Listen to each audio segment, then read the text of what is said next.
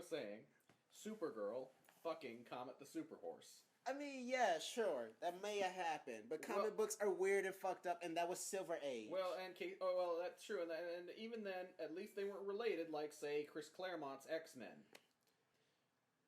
Where he literally wrote a young Nate Gray, aka Cable, wanting to fuck his biological mother. I mean, no, because the Cable thing is weird because he wanted to fuck Jean Grey, but his biological mother is Madeline Pryor, a clone of Jean Grey. I mean, it's still fucked up, but and then later in that same run, Jean Grey admits to crushing on Mr. X. This is before she knew who he was, but here's the thing. I mean, Madeline Pryor.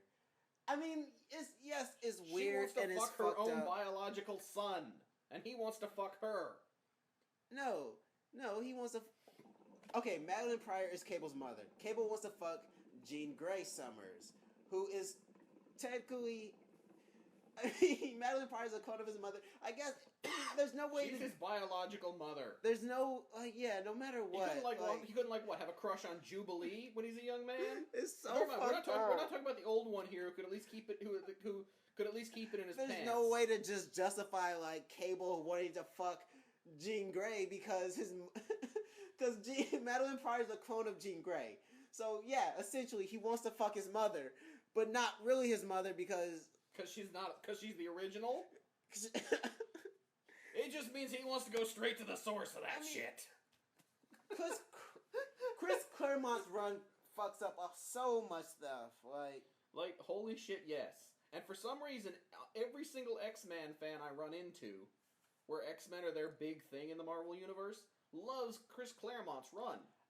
Well, Chris Claremont does have that epic run, Well, that's true. He has such a great, fantastic run. I mean... Well, didn't his run last for something ridiculous today? Yeah, I prefer it over to... hang up. Yeah, let's pause this. So, hit it.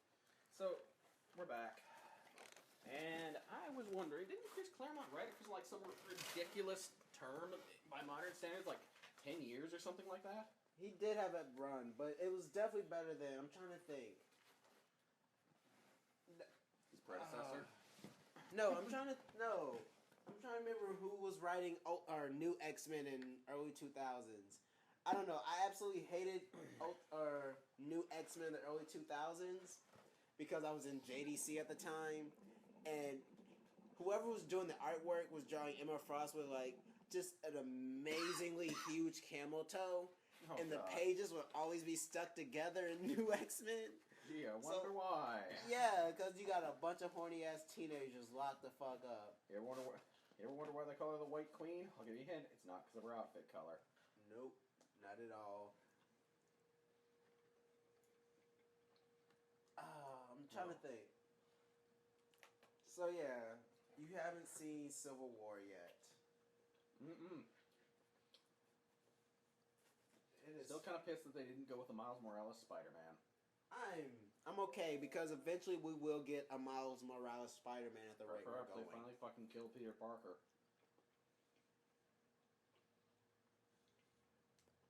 That's how we got one in the first place. I mean, granted, they killed Ultimate Peter Parker, then brought him back, and then they killed the universe.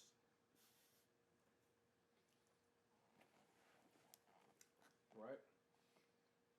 Okay, maybe it's not the best idea to record while we're eating pizza, but... Well, we can always pause it. We could pause it, but we might lose good conversation. I doubt it. I tend to be more focused on eating when there's food in front of me. True. We'll come back in a minute. The people love to listen to white guys rant. Yeah, and that was the perfect time to come back in. So Mies was just saying, and correct me if I quote you wrong here, that as of, I think, Flashpoint, all the various DC sub-imprints, Vertigo, all that stuff, are now in the main continuity, including one of my very favorite comic series, Hellblazer. and its protagonist, John Constantine, who they took the opportunity to reboot because they felt that that a man in his late 50s would be a little hard for their readers to identify with. I say DC doesn't know their own fucking demographics at this point, but they don't, because they've canceled so many books that apply to minority readers. Now, they've done some cool shit, like, as far as the LGBT goes, like, they've slid in a character to Batgirl, who's trans. So we've got a trans crime fighter in comics, and it's not a big deal. Which one's this one? I don't think I'm familiar with that. I don't remember her name, but I just heard fucking comic book girl 19 mention it. I was gonna say, if it turns out to be fucking Huntress, I am going to break something. No, it's not Huntress. It's a completely new character. So we have a new transgender character. I am kind of pissed that they didn't let Batwoman get married to her longtime partner. Right? Because wait, which Batwoman is this one? Betsy Kane. Oh. Wait, they brought back Betsy Kane? Of all the Golden Age characters to revive, you bring back This is the different Betsy Kane. Well, yeah. She's the niece of the original Betsy Kane. Well, and let's be honest, the original Betsy Kane wouldn't work as a character because her whole gimmick was literally gets confused over womanly things like carrying a purse while she's fighting crime or fighting crime in heels. You really should, the whole, post Darkest Night, Batman's Lost in Time bullshit. They did the Batman Reborn runs where Tim and Dick are Batman, and then that Batwoman is it? Yeah, I believe it's Betsy Kane. I've read some of the Tim and Dick are Batman things, and honestly, Dick Grayson as Batman was like the best thing. It was the logical thing. Well, I'm not sure why they ever went with John Paul Valley in the first place. I mean, okay, yes, I get it's the 90s. We need to make a grimmer, darker Batman. Or really, it's just after the 90s. We need to make a grimmer, darker Batman. But here's the thing. Dick Grayson, basically, ever since they started having an ongoing story arc, has been being set up to be the new Batman. Reluctant hero. He doesn't want the title. Yeah. The thing is, Dick Grayson doesn't have that darkness that Batman has, because Batman didn't let him get that darkness.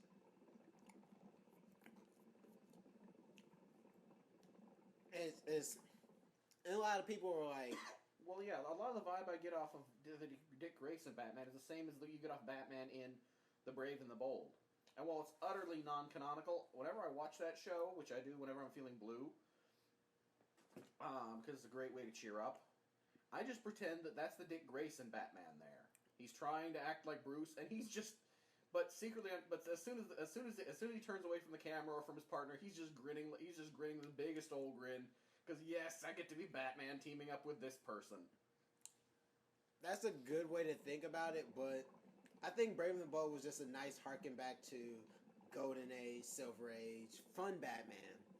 Like, definitely more Silver Age than Golden Age. Well, yeah, more Silver Age. Batman was grim as fuck. Golden Age Batman carried a gun. Like, I'm doing a big write-up, not to plug my own product here, unduly, but I'm doing a big write-up on Batman Volume 1, and I'm dealing with the Golden Age stuff right now. And one of the things I have to put in this write-up is the Bat body count. Like, his very first issue is him. It has 2 stories with him against the Joker.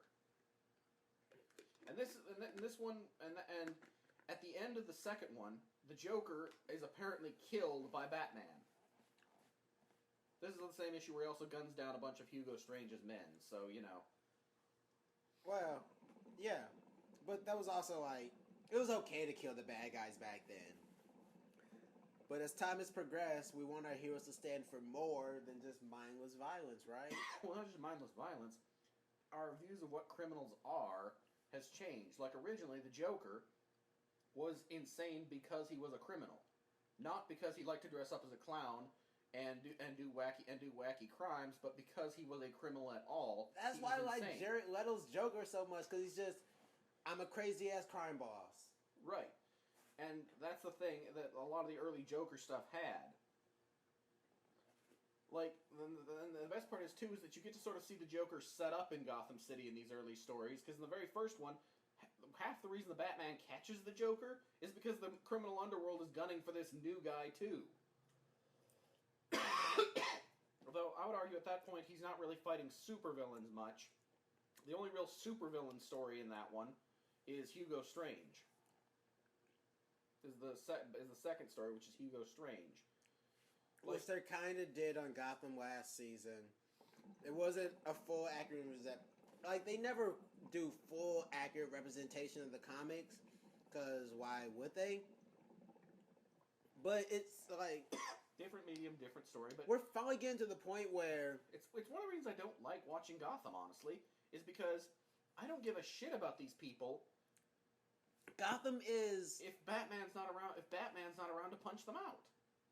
I'm here to see, and I gotta argue that is like Gotham is kind of it's trying to. It really did start off good in the right direction for me as like a Jim Gordon year 1 story, year 2, year 3, early Jim Gordon stories, but now it's turning into a shit show because they're adding all the villains. But what Gotham needs, disregarding of course the year 1 continuity, which I think is kind of a shame, where Jim Gordon's basically starting in Gotham at the same time Batman is. That's Frank Miller year 1. That's bullshit. That can eat a bag of dicks. In my opinion. Come on! You'll blow Frank Miller for whatever happened for the Dark Knight Returns. I'll blow Frank Miller for a lot of shit, but Frank Miller's year 1 is like it's cool. That's his, but that's not what I want to see on Gotham. I want to see Gotham Central. What we need from Gotham is a time skip, and we need a Batman year 1 out there doing vigilante shit. So like the police, Batman, who is explicitly at the beginning, like one of the reasons the Joker's able to get away the first time Batman confronts him is because the cops start shooting at them both. That's what I want. You know, I want early vigilante Batman. I want to skip ahead, like I don't know, the Killing the Show's like 15 now. Skip ahead 7 years in narrative, and come back with. I'm ready to start doing this Batman thing, but I don't know a bat. But I don't know that it's this Batman thing. I just want to fight crime. Like you know, in year 1, Bruce Wayne's first outing to fight crime is dressed up as a hobo. He doesn't even bother to put the Batman suit on until like the 3rd or 4th issue, and that's only because he needed something a little bit more scary than guy in a bad jacket and helmet. And that's kind of what I want. Is just skip ahead. Show us the guy in the bad jacket and the helmet, and show him becoming Batman. Oh my god, this season is so fucked up. In sort of like the backdrop of Jim Gordon's daily shit. Gotham is a little fucked up right now, in my opinion, because they've turned a large. I guess they've turned a large group of people into accidental pedophiles with Poison Ivy. So Poison Ivy's been a 13-year-old girl on Gotham for 3 seasons. This season, or 2 seasons now, we're in season 3, she gets into a chemical accident and she gets aged up. So now this 13-year-old girl looks like she's 20-something and belongs on Gossip Girl. But don't worry, Internet. It's not creepy if she's 13 but looks like she's 20. Like, it is totally creepy, and I'm... Yeah, that's sarcasm. Like, it is like... And you're like, oh my god, you just turned a portion of the internet into pedophiles a little bit. You mean that portion wasn't already? Actually, that's not the correct term. There's an actual term. I don't remember it. Yes, there is. But but nobody who's not a pedophile cares. Yeah, I forgot what the term is when you're attracted to someone who looks like they're an adult, but they're actually a minor. Which? Yeah, it's called anime fan. It's called, like, if they look like they're an adult and they're underage, I think that's just black girls in the hood. Like, it's like, there's so many girls I see in the hood that are like, damn, you sexy as fuck. Oh, shit, I'm sorry, you 16? No. So, there's a correct term for it. It's not pedophilia, but it doesn't make it right. Look, but don't touch. Right, okay. I'll buy that provisionally. You know, mostly just let's doesn't turn into a screaming pedophile and jackass at each other. Nah. I get what you're saying. I mean, it's not like you can tell by looking necessarily, and And then, of course, as soon as you find out, you'd back the fuck off. That's the key dividing line there. Yes. You know, you're like, oh, shit, okay, never mind. Because there is a high school by my house, and it's like... You know, we should probably get to a different topic, because if this goes on too much longer, you're gonna end up on an Amber Alert. No, I'm not. Look, this is what happens. Like, these wild-ass girls be out here fighting and shit. Dressing, looking all adult. But I occasionally have to interact with them because of the community garden. And then you're like, oh shit, you're 16. What the fuck? Like, where your parents at? Like... Yeah. Do your parents know you're out here unsupervised? No, the world's fucked up right now. You don't say. And, I mean, since I was in high school, girls are progressively dressing sluttier and sluttier. Yeah, no, you're not wrong. I mean, on the one hand, I guess that's a victory for feminism because, yay, now girls can dress how they like and still interact with...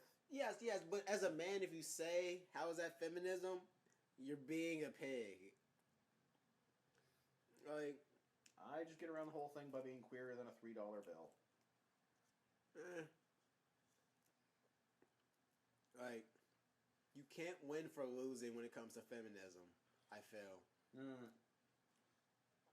Because you're not supposed to slut-shame people, but at the same time, if you're dressed like a slut, like, that's feminism? I'm sorry. Like, you must change the essential nature of humanity, and particularly the male half, apparently. Yeah. So generally, when it comes to that subject, as a man, keep your mouth shut. I'm generally in favor of women being allowed to dress and act however they like, and not, suffer societal consequences for it. I don't like 12, 13-year-old girls dressing like prostitutes. I can't say I'm wild on it either, but at the same time, I also can't stop them. Especially because I could have a daughter someday. And it'd be kind of fucked up to be like, oh shit. I mean, I would hope as a parent I did a good enough job so my daughters... But that's not even it. So like... Yeah, if I ever end up having daughters, first thing I'm fucking teaching them is some actual practical martial arts. Yeah. After that, they need some self-defense tools. Fine, Daddy will buy her her very own pepper spray. I feel like it's impossible to guarantee that your children do not end up in porn, no matter how you raise them. Because I've known some girls. But here's the thing: a great many of my friends have worked in porn. I mean, I've worked in porn myself. Female and male. I should point out at this point. And. Not as an actor, mind you, but I've worked in the porn industry. I've known a couple that have worked as actors. And here's the thing. I've known actors, yes. And here's the thing with that, is that, you know how you get around that? Let's destigmatize porn as an industry. Well, porn industry isn't bad itself, but I still don't feel right, like, I don't even know, because I've watched porn within the last 48 hours. But, like, I just don't feel right with having my daughter do porn. Well, I'd certainly feel awkward if I ran across her in porn. Just be like, oh, well, never watching that again. Ugh.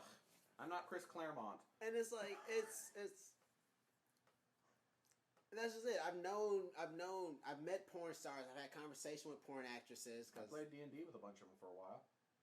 And it's like, they've come from good homes. They weren't abused in any kind of way. They've had nice, stable... The actual stereotype of the porn actress as this horribly broken human being. No, that's not true. Stereotype of a porn actress are good girls who were sexually prudish. Right, and then they discovered sexuality after they became adults and decided, you know what, this is actually pretty fun, but I bet I can make money if I do it in front of a camera. That's most of the ones I've met. It's just like, well, I can work hard at a job, or I can get paid to take my clothes off and do things that I enjoy doing anyways. Absolutely. Although I do remember my conversation with porn stars. I was high as fuck, chilling with my buddy Matt, who was a driver. One of the many jobs that a lot of people have in LA are car drivers, limo drivers, and driving porn actresses. Sure. And so we were just hanging out, smoking at his place. It's like, oh yeah, I got some friends coming over. I'm chilling, sitting with them, talking, just smoking. Like 20 minutes go by, I find out they porn stars. Like, so of course I gotta ask them questions and learn some real shit about porn that I didn't really want to know.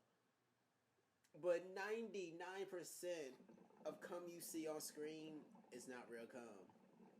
Like,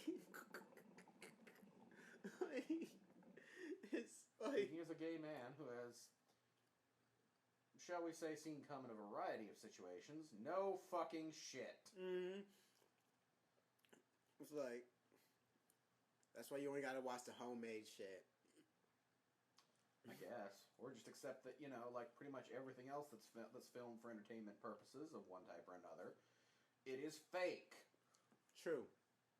When it comes to that... I mean, you know, you're not sitting here watching Gotham thinking this is a documentary, are you? No. But, as far as, like, parody porn and shit, I cannot do it at all. I was like, I've had the Clerks XXX parody porn on my hard drive for, like, 4 or 5 years since it came out.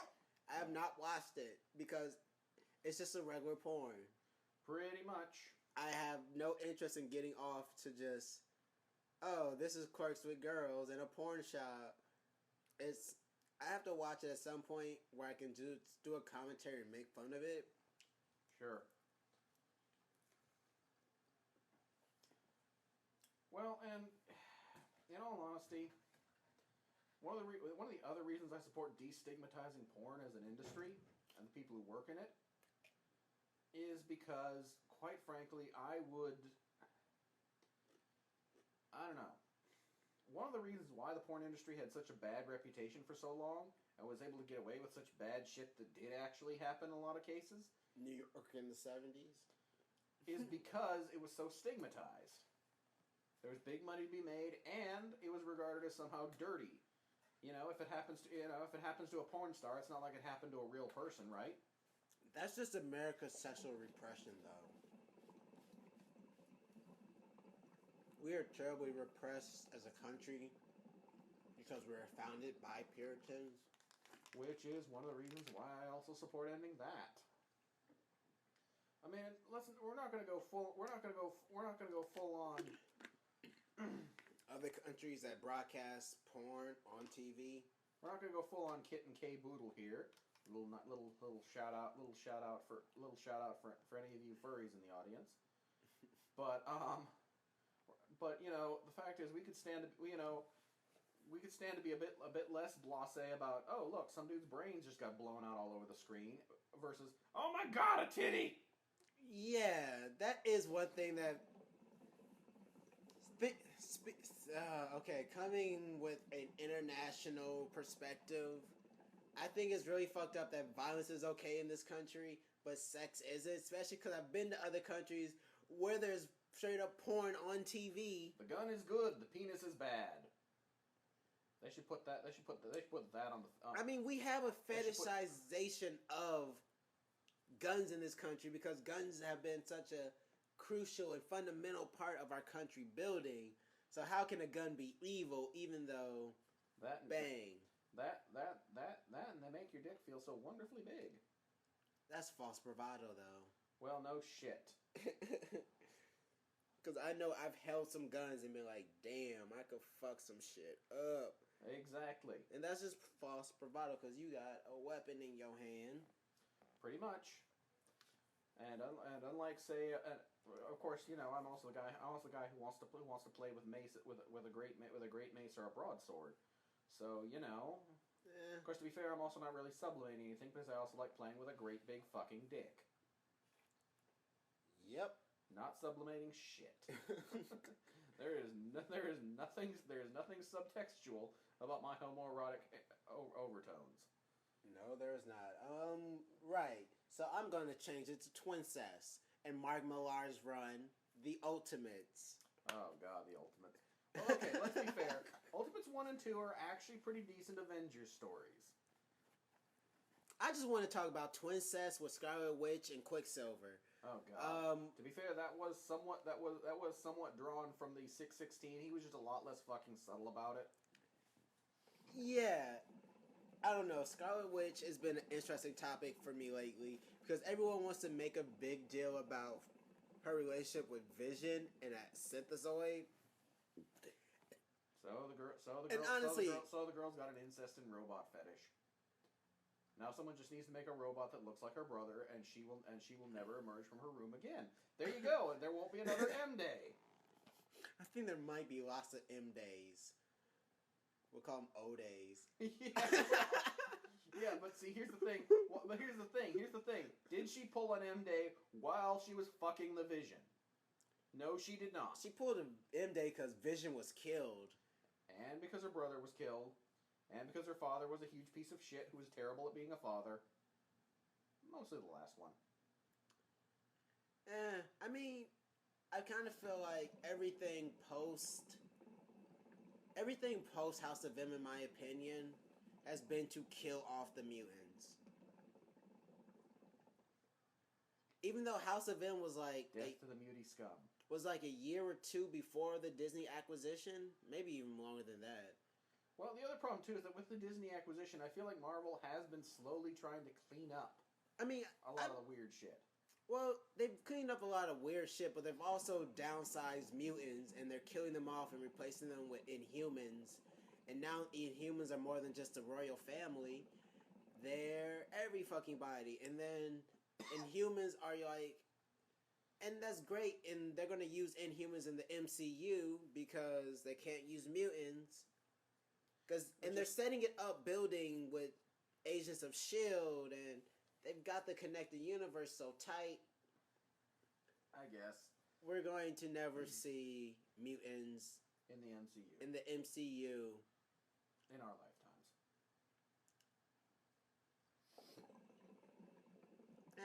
I feel like we might see a black woman president before we see the X-Men in the MCU. Well, in November we'll have a chance to get halfway there. Wrong half, but it's still halfway there. I'm not excited for this November. I'm really not. My choices are literally Larfleas or, Hillary Clinton. And while there's no real choice there... But if it was really Larfleas, I'd be like, fuck yeah, I'd vote for an alien. Over Donald Trump? Yeah, so would I. I'd vote for a greedy alien over Donald Trump because, fuck it, I'd vote for anybody over Donald Trump and Hillary right now.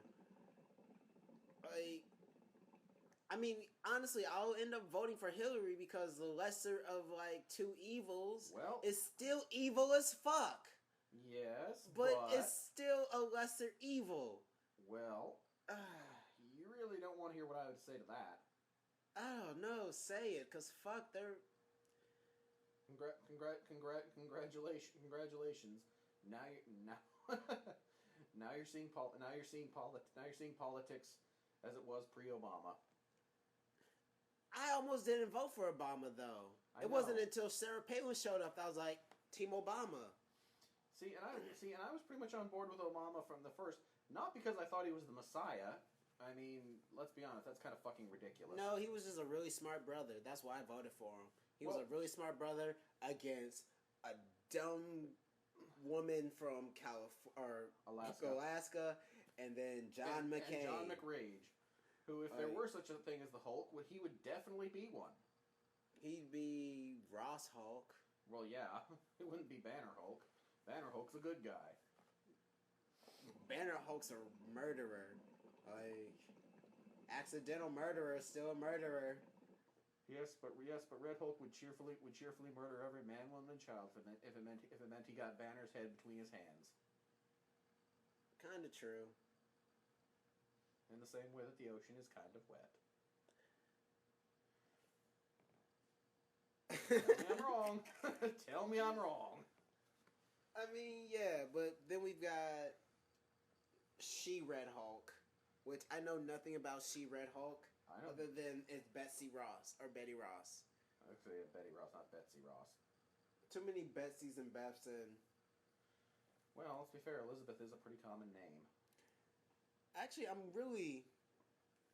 can't wait for Ant-Man and the Wasp, but again, I feel like what I really want... I want to see the Marvel Cinematic Universe with Ant-Man. Ant-Man is dope. We should watch Ant-Man sometime and then record afterwards. But Ant-Man, because I brought you Avengers Initiative, but I also have the full run of Avengers Academy, and I've got Runaways. I don't have Young Avengers yet, and Avengers Disassembled are still on my hit list for complete runs. Oh, Jesus. No, sorry, it's just Avengers Academy is... it's up there with Initiative in terms of shit that's just fun to read. Yeah. Runaways is really solid, and I'm really hoping that we do get that Hulu show. Seriously? Yeah, they're working on... the thing is, I've got a big fucking problem with the Runaways. They're one of my favorite fucking superhero teams, and it's such a... It spoils the first arc if I say it, but let's be honest. The Runaways has been an ongoing thing more or less since Civil War. Well, pre-Civil War, look, Alex. I love Alex because black character in comic books, but damn, Alex, it fucks me up. It's like you really like this character. And then he becomes traitor, and you're like, "Oh, okay, well, fuck you." Yeah, but I don't mean to downplay your experiences here.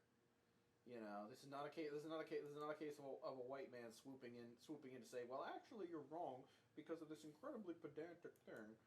But how is that different from any other beloved character who turns traitor? He's black. Fair.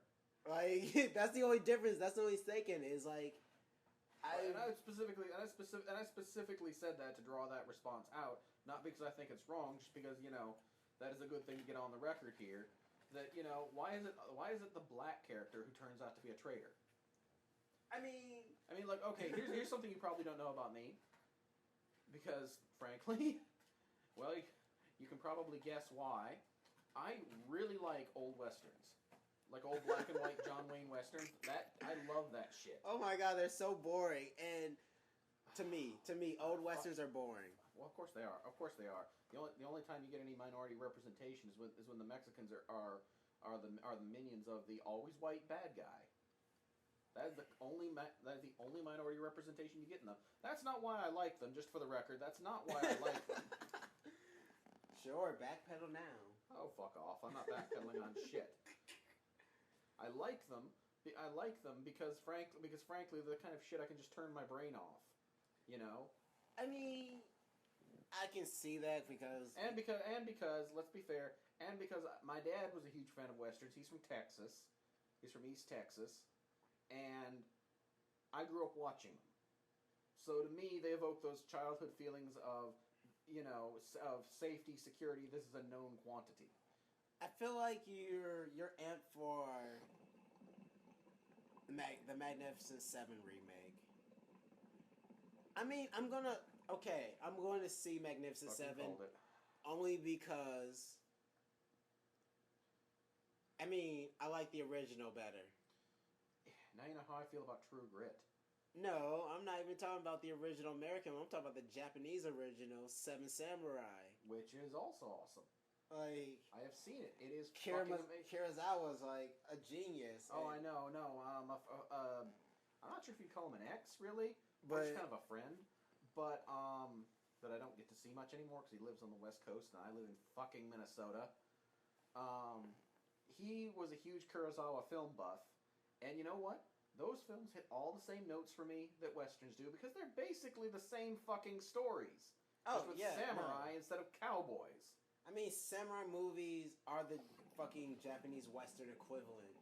It was like, especially the duels, like, And no, Westerners borrowed a lot of cinematography and shit from Japanese movies. Specifically Kurosawa. I mean, but everyone borrows from Kurosawa these days. Why not? But Kurosawa set up the basics for filming combat. Sure. It's Kurosawa set up the foundation that they forgot for the new Berserk series.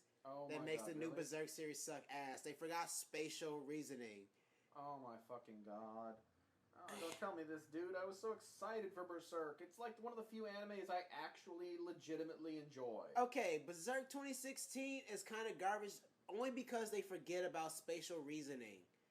If I'm sitting where I'm sitting and you're sitting where I'm sitting and the camera pans 360, the audience loses focus on opposite or position.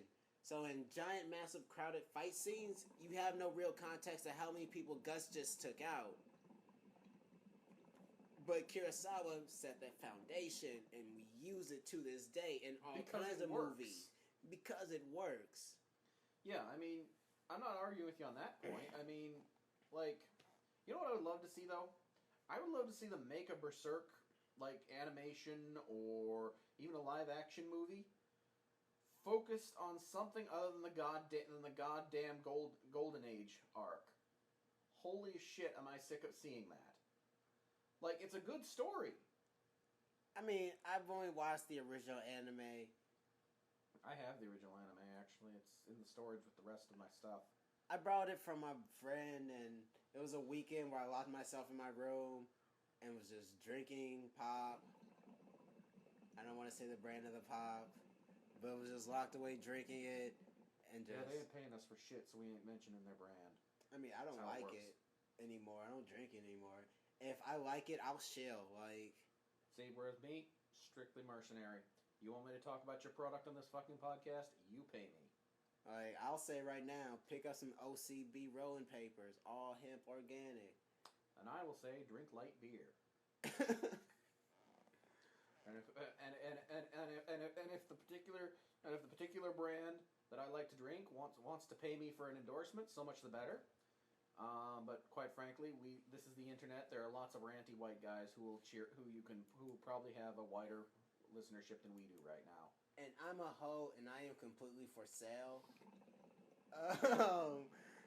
Because the Build-a-Bong workshops need to be sponsored by pomegranate juice, so I can have an infinite supply of those palm bottles. Yeah, you're not wrong. You're not wrong. Although I think at this delicate legal juncture, they probably won't risk it. Give it a couple years. I'm sure, but I don't know. Let's take a quick ad bait for Doobie. Like, I love Doobie. It's the greatest social networking site. It's Instagram meets Tinder, and all you do is just swipe left to share pictures of weed. I saw that beautiful rainbow joint, or blunt spliff that hadn't been sealed. It was like 5 different colors. It looked like a salad bar. And I will cheerfully shill for... What am I going to use my free shill spot for? Oh, I know. I will cheerfully shill for pretty much anything Valve puts out at this point, honestly. I realize they haven't had a new release in a while except for Dota 2, and the thing is, Dota 2 is actually not bad as far as MOBAs go. I don't know. Which, considering that I'm basically professionally here to dislike things. I'll shill for Valve when Valve releases Half-Life Episode 3. Okay, that's a good point. Counterpoint. When I get Episode 3, I will suck Valve's dick. As a company, I will suck everyone's dick in their employ. No homo. Total homo.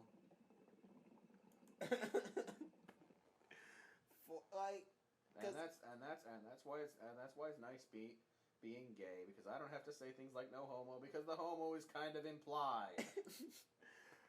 But like, Valve, you need to get your shit together. Well, the big thing is that the FPS market's basically tanked for now. I think narrative-driven FPS is dead. Even though everyone bitches that they want a story, it's like Battlefield got through with no story. Titanfall 1 got through with no story. Yeah, people bitched and complained, but it still had a successful, like... Call of Duty would be better if it didn't have a story. I've never played a Call of Duty story. Except for Black Ops 1. America good, everywhere else bad. Well, yeah, that's generally military shooters. I mean, yeah. America, fuck yeah. Not really. Which, is fine and all, I guess, but not exactly making me want to buy the new game you shit out every year. Yeah, no, that's why it's like... I fucking hate console shooters. That's why I got on board with Destiny. Well, and here's my thing with that, too, is that I also think that the single-player FPS experience is dead. Think about it. When's the last time a shooter shipped that didn't come complete with where like 90% of the content wasn't intended to be multiplayer? No, the single-player FPS is kind of dead. You're right. But at the same time, couch co-op is kind of dead as well. Like, they were constantly shooting couch co-op in the head because less and less games, like, I think they... Well, but why should we include local multiplayer when we can sell 2 copies and one to you and one to your friend? Because my friends are fucking poor and won't buy it. It's like, and I still hang out at people's houses. People still hang out at each other's houses. Right. Case in point, we're both sitting in my living room. Right. And, yeah, and such a hipster with the fucking 64 and shit, but people still do couch co-op. Unfortunately. Andrews, yeah. Mostly because at this point I find that I can't actually afford an N64 anymore. That's a fucking throwback. Yeah, you can. They're like $60 in pre-owned. You're shitting me. I have yet to see one for under 100. Really? I'm sorry. I wasn't willing to pay that when it was new, when it was the new hotness. Well, okay, I wasn't willing. It was that I wasn't able, because I was 12. I've never owned a 64. The year it came out, I asked for a 64 for Christmas, and I got a Super Nintendo. I later had bigger library of games.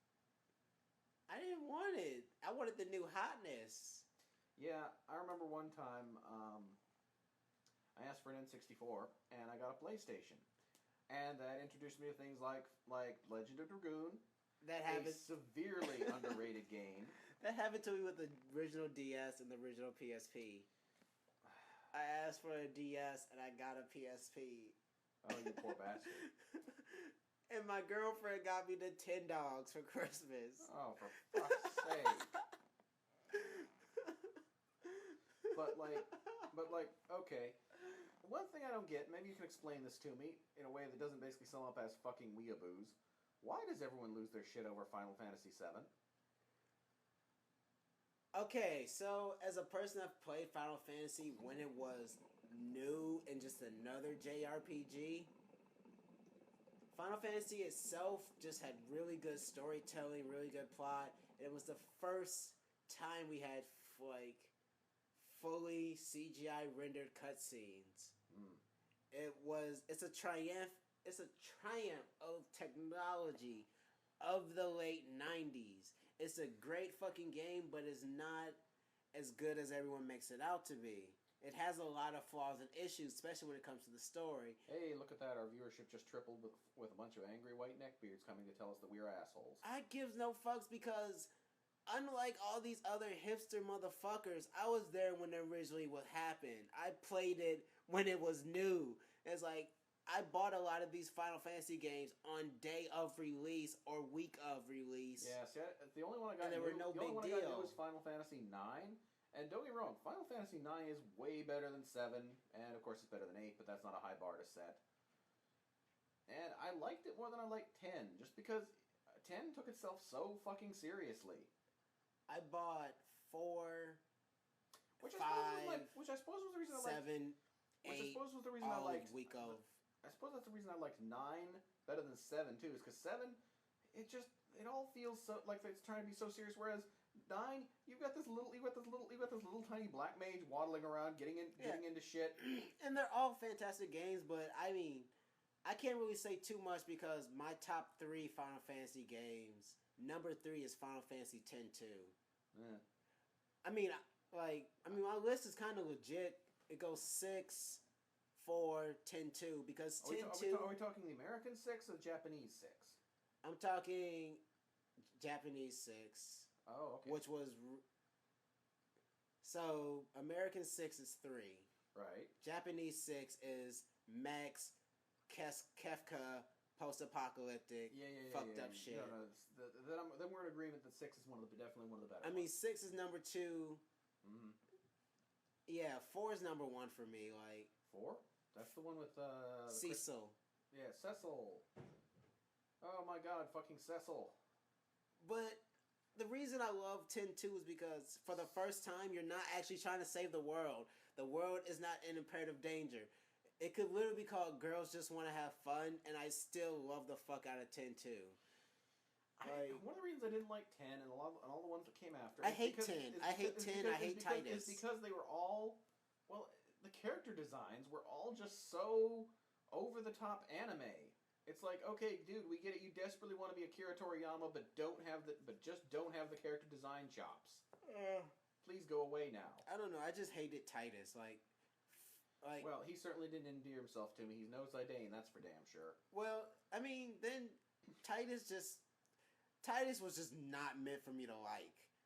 I understand that Titus was meant to be pretty boy, shoujo, protagonist, perfect boyfriend.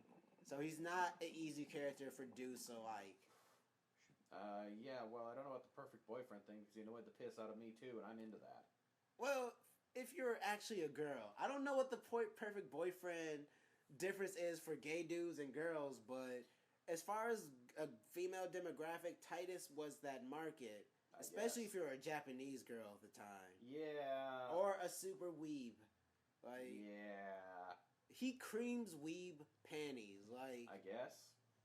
For me, he's just an annoying brat. And then it turns out he doesn't fucking... Spoilers! Titus doesn't exist. He's a figment of... He's a construct. And they couldn't just leave it at... Oh yeah, that guy, that annoying piece of shit. Yeah, he doesn't exist. No, you gotta go try to make him a real boy. I mean, I do own the special edition that they re-released a few years back. Oh, and here's another Final Fantasy character who's fucking overrated. I love 10-2. Goddamn Sephiroth. Let's not talk about Sephiroth or fucking Final Fantasy 7 anymore because I love the game. I love the original game. Ugh. I love the EU for Final Fantasy 7. I really do. It's the fans I can't stand. Well, they don't endear it to me either. It's the fans that make me hate it. Especially because I encountered the fans before I ever played the game. See, and I encountered the fans after I loved the game and was a quiet minority about the game. I mean, I've always... There's a joke here, but I'm not going to make it. I've never been a quiet minority. I know what you're going to get at.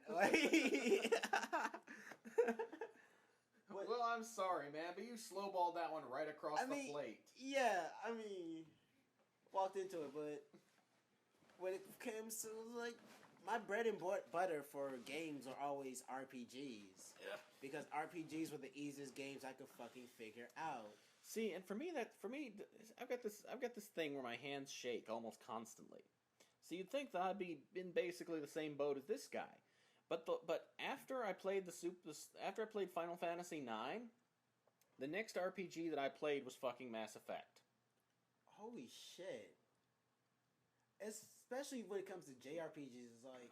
Well, okay. The next one I played was Final Fantasy VII, and I hated it and quit shortly after we left the city, because I just could not stand these characters for even one more minute. Because I played Evolution 2 right after Final Fantasy 8 in 99. And before that, it was mostly Western isometrics. Icewind Dale, Baldur's Gate 2. Baldur's Gate 2 was much better. I feel like you played Myst back in the day. Not back in the day.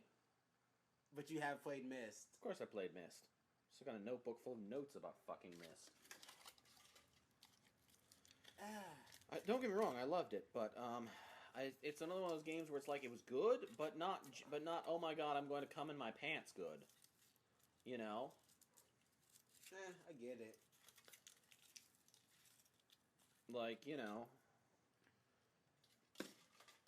I don't know. Myst was always like. I never had the patience for Myst games. Shame. You're missing out on quite a lot of fun course. I'm also the guy who likes Dark Souls, which here's the thing with Dark Souls that people miss about the series. Yeah, fuck Dark Souls. It is basically a fast-paced Myst. The enemies aren't fights in the conventional RPG sense. They're puzzles. You know, how do I get past this obstacle where the obstacle will fucking stab you in the face? Yeah, not my cup of tea. Well, that's fine. And now we've got the other half of the internet galloping over to tell us we're assholes. Honestly, this shit's gonna go viral. Demon Souls, Dark Souls, fuck them all. Hey, if I ever get my hands on a PS3, can I have your copy of Demon Souls?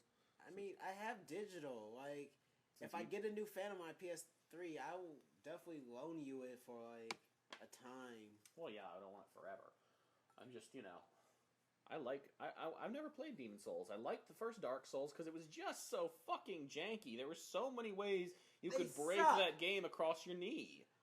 Dark Souls 2 brought balance. The downside of the story kind of sucked. Intentionally hard game, I can understand because I played the original DMC quadrilogy. Ugh, DMC. And I played that super fucking hardcore Japanese version that they released of 3. But I mean, I'm coming to terms now that I'm hella weeaboo. No, that's fine. I'm not making fun of you. I'm making fun of the fact that the character design makes everyone look like a 16-year-old girl. But the thing is like, I even forgot what I was saying. Hard games. Hard games. I understand intentionally hard games. I don't understand intentionally hard games with intentionally bad control schemes. I think that's just fair. That's an issue they pretty much fixed after Dark Souls 1. But they've done it. They intentionally gave it a bad control scheme. They really didn't, is the thing. They gave it. You know, you can change that, right? No, I agree. You shouldn't have to. But here's the other part of that: video game designers are very strange people. I've known several of them, and I mean that in both Japanese senses. video game designers are sadists. Well, I'm not saying they're not. The ones I knew were German, and close enough. And they were literally sadists. Like, you know, whips and chains and all that shit. Sounds like my kind of party. Oh, well, I'll introduce you sometime. Mr. Jarvine will be very pleased to meet you. I think. I mean, it was a joke, but... I know, I'm running with it. I'm not above light BDSM, though. That's the fucked up part. Well, no, because light BDSM is literally just more sensations. I'm going for heavy BDSM, but that tends to be a little bit more. That's a little much for me. I fucking want to go scavenging right now. Oh, I really want a cigarette. Oh. I keep offering you the hookah. It will reduce the cravings. I'm actually kind of tempted to take the hookah. All right. I should warn you, it's a little harsh right now because I just changed the coals, but you know. Just have your water handy. You're a chewer, huh? My front teeth keep growing. I don't know why they keep growing. I'm not a rat. Fuck it. Why can't I remember who was doing Ultimate X-Men in the early 90s? Not Ultimate X-Men. You know, New X-Men in the early 2000s, late 90s. I feel like it was... Tell you who it wasn't. Stan Lee. No, I feel like it was Grant Morrison writing. You know that would actually make sense for how weird it was. I feel like it was Grant Morrison writing, and I don't remember who the artist is. Here's the thing with me: I am a huge Grant Morrison fanboy. I mean, like, you tell me Grant Morrison's on a book, and I will read that shit. I won't necessarily take it seriously, but I will read it. You're not gonna hit that. Sorry. No, it's fine. I'm fucking addicted over here. Okay, so... But, like, The Invisibles, amazingly fun book.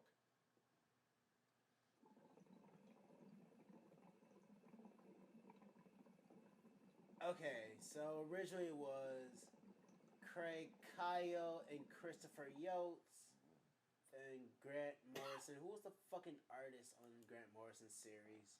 Don't know, but if I don't like the answer, I'm going to start swearing. Okay, we had Frank, was that Quitely? Frank Quitely? Quitely. Francis Yu. Igor Korjet. We had a bunch of fucking artists. Okay, whatever.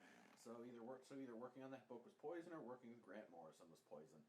I'm just fucking Emma Frost. You know who else is kind of a guilty joy of mine? Who? Garth Ennis. Like, the guy literally writes The Punisher over and over again. Like, have you ever read Hitman? Yeah. I've read some Hitman. Hitman is what The Punisher should be, okay? Like, he's an unrepentantly evil dude. He's an unrepentantly bad dude who, you know, kills people for money. But at the same time, you know, it actually makes you feel kind of sympathetic for the bastard. You know?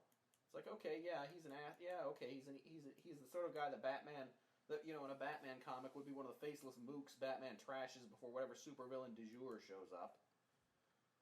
And, you know, they do actually have Batman in an early issue.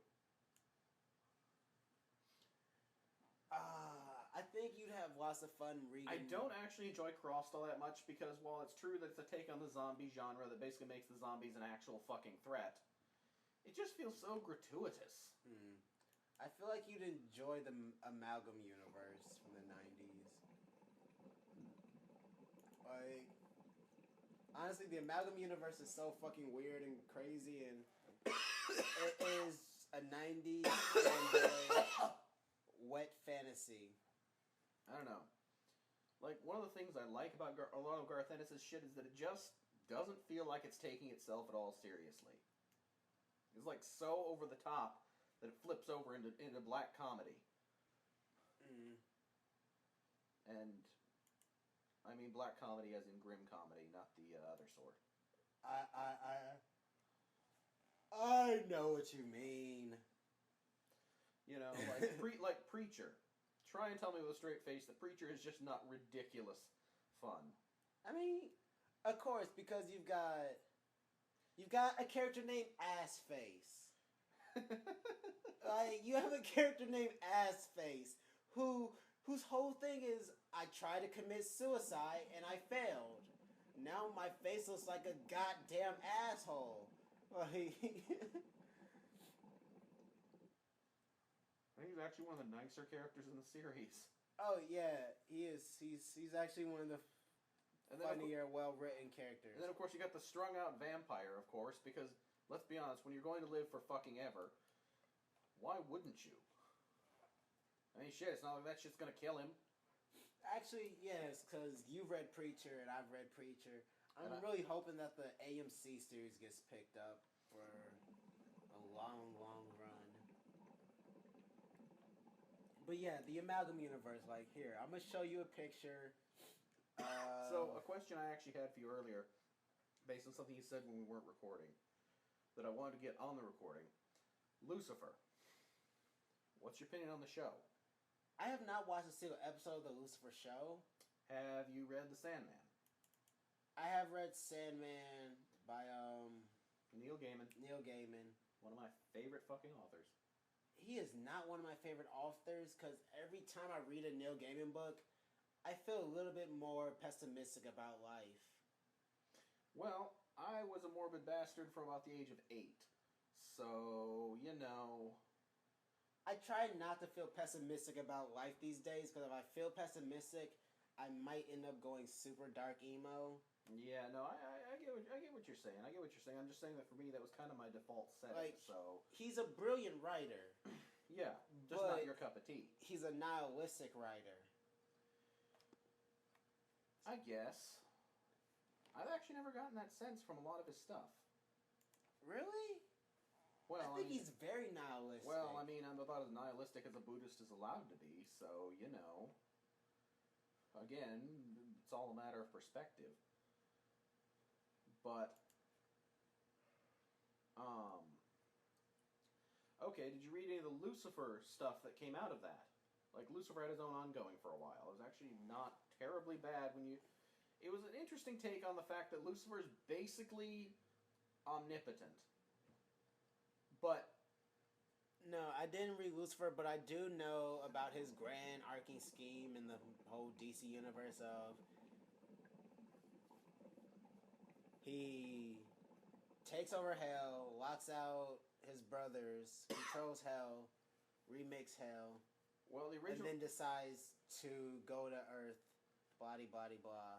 Yeah, well, the original series basically ended with him getting what he always wanted. Someplace where God wasn't. You know? It basically ends with him flying off into the void of nothingness and just sitting there. Which, you know, for a character like that, what other ending can there actually be? You know? I'm all-powerful, suck my balls. Yeah, but he explicitly didn't want anything to do with God. He didn't even want the God that was literally his niece.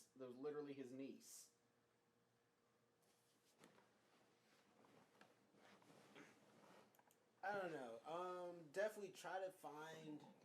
I really do think you'd enjoy the Marvel vs. DC amalgam universe because it gives us nonsense like Logan Wayne, Darkbat. Yeah, no, I've read after I thought about it for a minute, I actually realized I'd read some of those. And the problem with them is they feel like they're trying too hard. They're just deliciously 90s cheesy and bad. Which, admittedly, the 90s was the try-hard decade. It was the try-hardiest. Like... Which gave way to the cynicism of the early thousands. Well... Nothing can be taken at face value. Everything has to have a hidden dark side. I think part of the cynicism of the early thousands is the result of 9/11. And specifically of the Bush administration's shameless and blatant warmongering. Because I remember how optimistic I was summer 2001. And then fall 2001 was kinda... I remember just after school every fucking day just laying on the couch in fetal position watching cable news. Just thinking, will they attack again?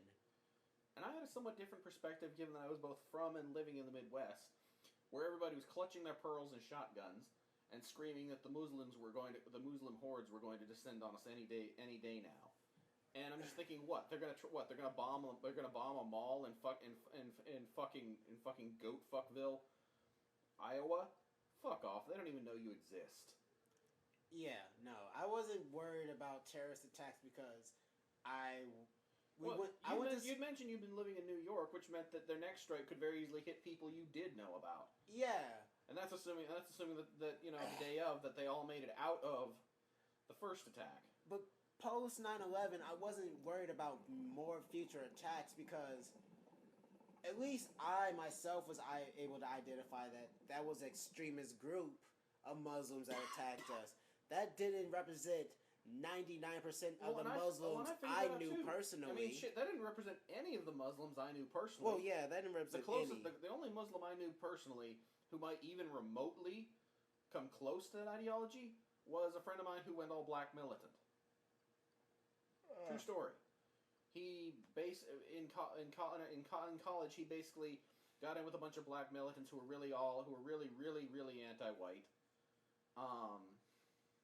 He ended up leaving actually because he was uncomfortable about just how hateful they were towards white people.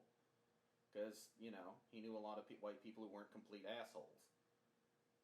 And who were not, in fact, actively out to destroy black people. Case in point, hi. Yeah, it's like, Sorry, just, you know. No, it's like, but I've grown up in Minneapolis. So Minneapolis, because of the refugee policies we have a large number of Somalians and Iraqi and Afghanistan and just general people of Arab descent that I've grown up with and known. And in all honesty, I've only known one person that I thought like, he might be a terrorist. out of hundreds of people, I'm like, these are just good, hardworking people. Yeah. So post 9/11, I wasn't really, thinking like we could be attacked again. No, absolutely not. Well, as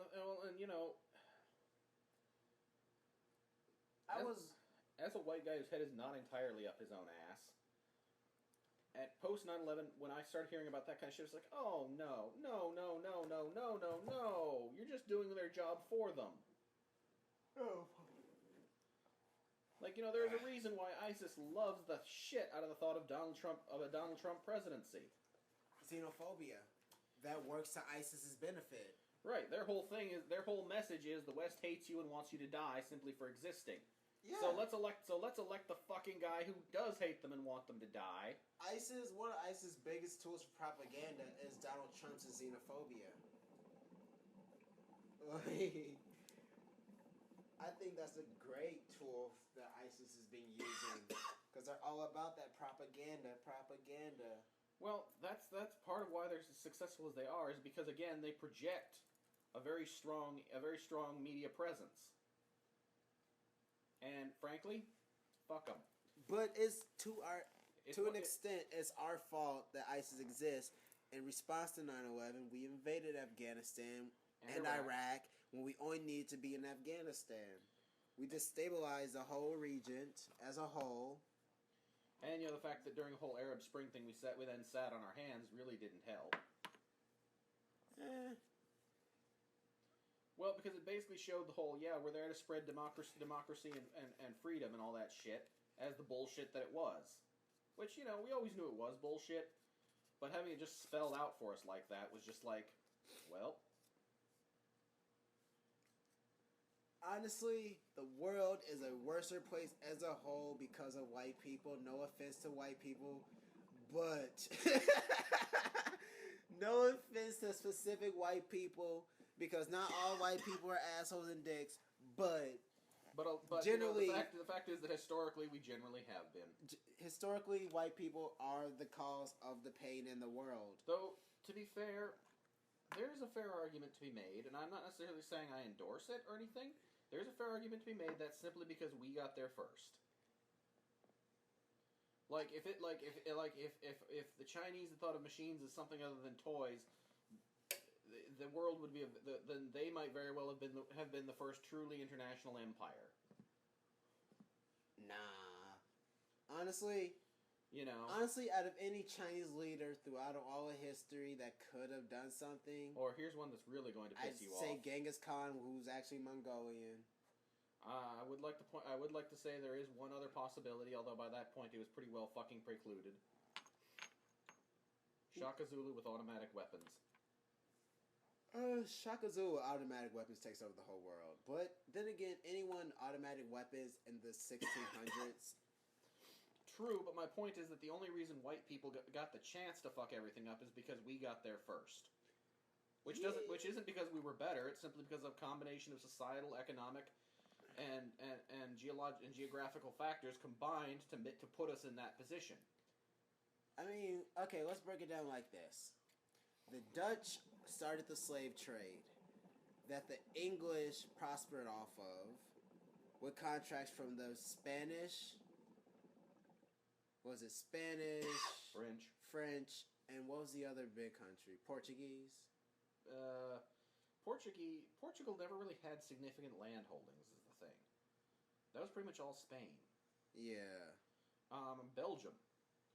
Was it Belgium? Yeah, I think it was Belgium. Belgium was a huge economic presence, and they're also the people who incidentally came up with the methods that one Mr. Hitler would later perfect and industrialize. So, I've actually, because I kind of love Hitler, because he's that great villain foil. As a writer, Hitler is a magnificent tool when you need a foil. He's just a go-to foil throughout history that everyone can get behind hating. The 40s, certainly. Everyone can get behind hating Hitler. So, because of the hate that everyone has for Hitler, I love Hitler. That sounds fucked up, but...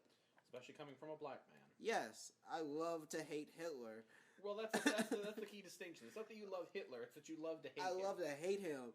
And, one of my favorite Hitler scenes in a movie is in Little Nicky, when the devil shoves a pineapple up Hitler's ass, and I'm like, that's awesome. I wish that was real. But Hitler's that great foil, and I've actually had this theory that, because it's 100% true, if you remove the hate from Hitler's campaign and tirade, if you remove all the hate of people and Jews and invalids, if you do the whole Chaplin route with his movie, Hitler will be remembered completely different. Well, but here's the thing with that. That's like saying, you know, if Hitler got into art school, he'd be remembered completely different. Oh, man, if Hitler got into art school, I think we... But here's the thing. I want to live in that world. But here's the thing with that. You can't absolve them on that basis because... No. Because here's the deal. They still had the choice. The thing is... They made the choices they made. Hitler was evil because Hitler was evil. I think if he had went to art school, he might not have been racist to Jews and cripples and anyone. Or you ever heard of the Stanford prison experiment? Or he might have still turned out to do whatever the fuck Hitler did, killing millions and hundreds of people. Have you heard of the Stanford prison experiment? No. Okay, basically, a psychologist set up a mock prison and then proceeded to give almost no oversight to the guards in this mock prison. Bear in mind, these people were not actually imprisoned. They were not actually forced to stay, but they did. So here's the thing. What that study basically proved is that for humans, evil is a matter of opportunity and is a matter of opportunity rather than inclination. Because all the prison guards who were doing all kinds of fucked up shit, I mean, you've seen the Abu Ghraib photos, they were doing that shit too. So here's the thing.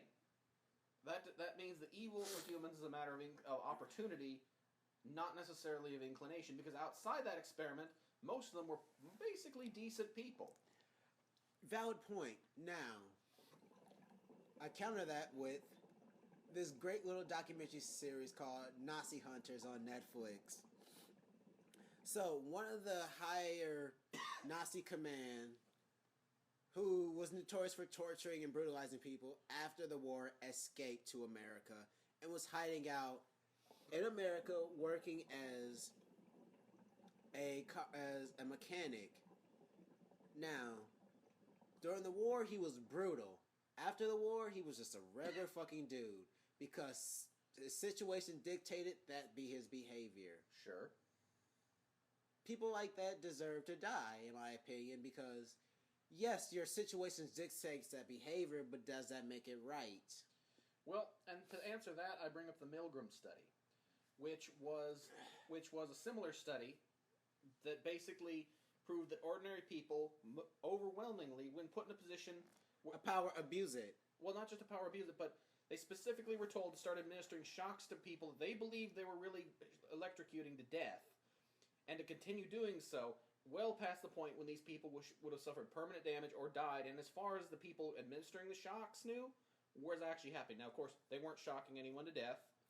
The people being shocked were actors hired by the guy running the experiment. But here's the thing: in even the most high-pressure situation that they could possibly come up with, where the authority is saying, yes, continue, it's all right, you'll be perfectly fine, there will be no consequences for you for this, 3 out of the 40 people who were put in that position still refused. Which means that, yes, evil is a matter of opportunity rather than inclination, but also that you can still choose good. That you still have the choice. The fact that humans are not naturally inclined to take it points to a flaw in the enculturation of humans, not in their nature.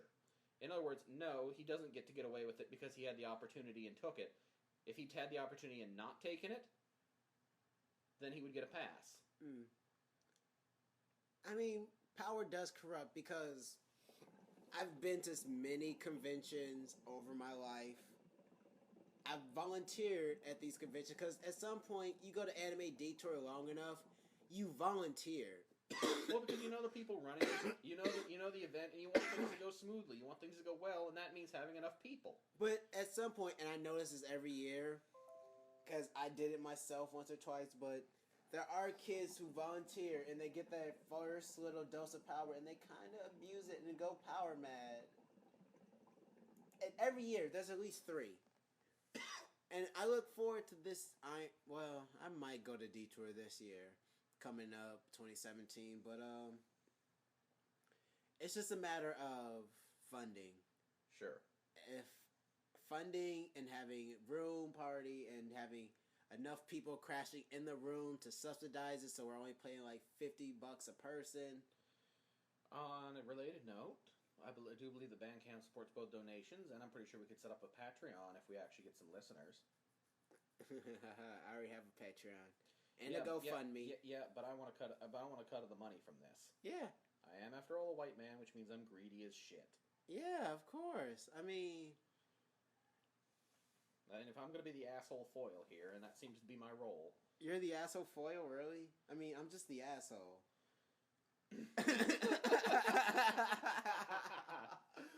I love how meta we're getting with this shit too. It's like, you know, we're not even pretending there's a fourth wall here. What fourth wall? Exactly. This shit is stream of consciousness. I don't think he's even going to edit this. Like, no, probably not. Like, you know. So congratulations, you are getting a couple of assholes shouting at you. Which, if that's what you're in the market for, welcome to the internet. Like, we have a plethora. I mean, there's many ways to do a podcast. I've tried a lot of them. I've never just tried, let's just have a conversation with 2 people and see where it goes. One person's high and one person's smoking a hookah. Okay, fuck it. It's I've been asking friends to do this with me since 2005, since I first heard about a podcast on our local Fox 9 affiliate. Like, on our local Fox News affiliate, I heard about a podcast sophomore year before I was raped. Oops. Anyway, sophomore year. And I've been wanting to do a podcast since then. Now my friends have been like, I will sit down and record with you. A lot of my friends kind of want to stay private. Whereas, frankly, I would prefer to stay more or less private. But at the same time, that's kind of losing the fight against my natural. Hey, look at me impulse, as well as my hey, give me money impulse. But the thing is about doing a podcast is you don't really have to be public. I mean, shit, I'm using an alias. Cello is not my given name, obviously. If you've heard the first one, you've definitely heard that. Like, I mean, my name is an alias. Like, that's fine. You know, you do you. And there's a reason why we switched to using Cello. It's not like you can track me down by just my first name, anyways. I'm Teejay, aka Mizu, aka Mizu Escobar, aka Mizu Musashi, aka I got a bunch of other aliases like Taylor and Chill. Like, there's a group of people that if I ran into, they'd be like, "What's up, Taylor?" I'd be like, "Oh, hey." Yeah, dude, you really don't need to Peter Parker this shit. I was like, I'm not calling you out for using my real name once. I'm Clone Saga Peter Parker right now. Yeah, I know. I'm just saying. You don't need to be Civil War Peter Parker. I'm Clone Saga Peter Parker, which I feel like is probably the worst Peter Parker because you don't know if Ben Reilly's.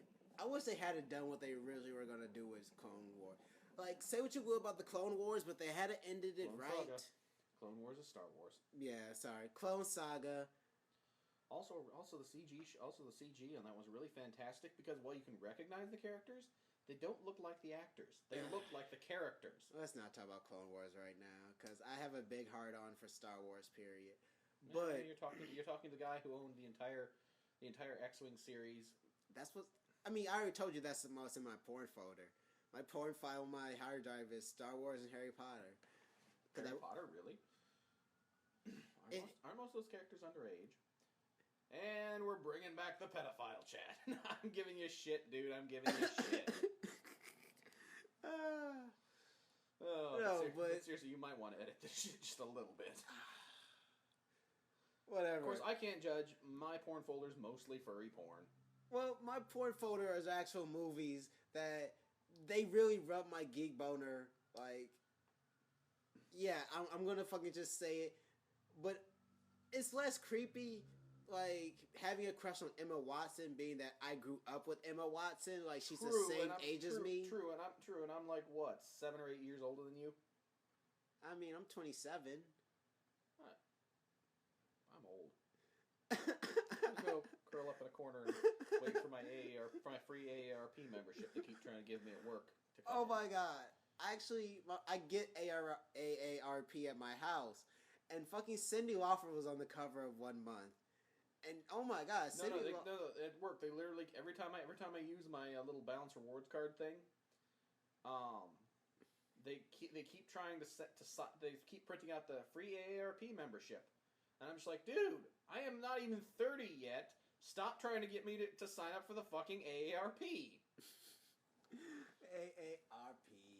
American Association of Retired Persons. Cyndi Lauper looks good for however old she is on the cover of AARP. Okay. Shout out to Cyndi Lauper. I still hit that. I wouldn't, but I wouldn't unless you're very cleverly tucking, I guess. And then you probably wouldn't be of much interest to me, anyways. Not that I've got anything against trans women. It's just that in general, I prefer men, and trans women, pretty much by definition, are not men. I guess so. Yeah. I mean, it's not a question of necessarily the physical attributes. I mean, I'm cool with whatever. It's that trans women identify as women, which is cool by me. But it means that you just don't want to fuck them, even though you're attracted to men, because you're attracted to men who identify as men. Yeah. Well, and again, the big thing with that is that, and this is going to sound ridiculously girly, I'm sure. If insofar as that's even a thing, but like for me, it really is about who they are. Like if I'm attracted to someone, by the time I get to the point where I'm interested in what's between their legs, I'm going to be pretty happy with whatever's there. So, I mean, just because I think and I watch a lot of shit, you wouldn't mind a micro penis. No. No, I would not. I was rewatching New Girl today, or last night. Well, thank God for that. And there was episode. I thought this was going to get even more ridiculously confessional. Like, I love Zooey Deschanel. Like, her second album is kind of like the soundtrack of like 23 for me. Like, well, and not Taylor Swift 23. Like, to be honest, I have no idea what you're talking about because I stay as far away from Zooey Deschanel and Taylor Swift as I can. I mean, Zooey Deschanel is nothing like Taylor Swift, but I mean, have you seen Tin Man? They both make bubblegum pop. Zooey Deschanel does not make bubblegum pop. She makes art house pop. Oh, excuse me. Instead of the shit that plays on endless loop at work, it's the sort of shit that plays on endless loop in the Starbucks down the street.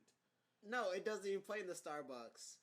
Like, she's that much cooler than Starbucks. She's so cool, they don't play her there. But she's a fantastic actress, especially she was Tin Man. That reimagining of... Yeah, I know what Tin Man is. I tried to watch it and it's just like, oh my god, this is Angel with an even more boring protagonist.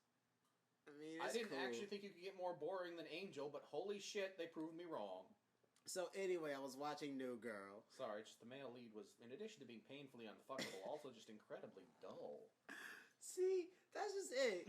Because I'm not gay, I'm not looking at male protagonists like, is that protagonist fuckable? Well, see, but here's generally, the thing. I'm not looking at any protagonist as fuckable, male or female. Well, here's the thing with that, is that again, it's not that a male protagonist has to be fuckable. It helps. It'll make me overlook other problems, like the fact that he's a completely flat character. But what's that one? Criminal Minds. Never watched it. Well, I'm not gonna say I've never watched Male it. lead. I'm sorry, I don't really go for the dumpy middle-aged British man look. Okay, that's a complete lie. I would totally go down on Martin Freeman. But you're not the first gay dude I've heard say that about Martin Freeman. Dude's handsome. Benedict Cumberbatch looks weird as hell, but Martin Freeman's... I get that. I'm pretty sure he's straight, but, you know... a guy can dream. Yeah, whatever floats your boat. It's just, okay. Like, if there was a dude that I'd be like, joking or serious would be like, I'd hit that. I generally go for like, I feel like Colin Farrell's my gay free pass. Colin Farrell. It's something about that accent. Oh, no, wait. No, I was thinking of the wrong guy. I just pictured Will Ferrell, and I'm like, really? And then I was like, oh, wait, no, Colin Farrell. Okay, different dude. Yeah, Colin Farrell. Oh, good. Because Will Ferrell would be weird. Will Ferrell's very talented. Oh, he's an absolutely very talented actor. I feel like he'd be very talented in the bedroom. I can't stand most of his comedies, but I fully recognize this is simply because most American comedies leave me flat. It's just like, this shit is not funny. This shit, you are lit. Have you watched the Spanish comedy? This whole plot can be resolved by 5 minutes of you people being adults. He did do a whole Spanish language movie that wasn't complete shit, in my opinion. Okay, well, that's good. It was quite fun. That's good. Mostly my exposure was through the Mormons again, because his comedies were considered safe. What? I know, right? I don't get you Mormons. Excuse me, I'm not a Mormon. I don't get Mormons. Like, well, to be fair, that's one of the reasons I'm not a Mormon anymore. Like, neither do I. I don't get Mormons. Then again, I don't get most organized religions. Because I grew up Catholic, and I'm just like, I see the matrix code behind your corruption. Like... Basically, the Mormons were televangelists a century before it was fashionable. I understand televangelists to a degree, but I understand that televangelists are just hustlers trying to get money. Yes, and so are the leaders. Have you seen the president they had for a while? I don't know if he's still their leader or not, but he literally looks like the Penguin. Like you put him in a black suit and give him an umbrella, and he looks like the Penguin. And he is the most evil bastard that I have ever seen in a major religion in my lifetime. Well, at least you're not as... I don't know. The Mormon church isn't as big as the Catholic church. He told a woman whose son committed suicide at her son's funeral that her son was in hell, and deserved to be there. Yeah, that's asshole dickery. And then he proceeded to publicly pillory her and her son in their little monthly publication for about 6 months until one of the other people higher ups in the Mormon church told him, "Hey, dude, maybe you should cut that shit out." Oh, wow. Okay, so we're at an hour and a half for this recording. So, wherever this goes, like, comment, subscribe, share, and we'll be back with another one, and we'll try to keep less political and religious, maybe? I don't know. Yeah. Controversy sells, just like sex. This is Cello and Mizu. Out.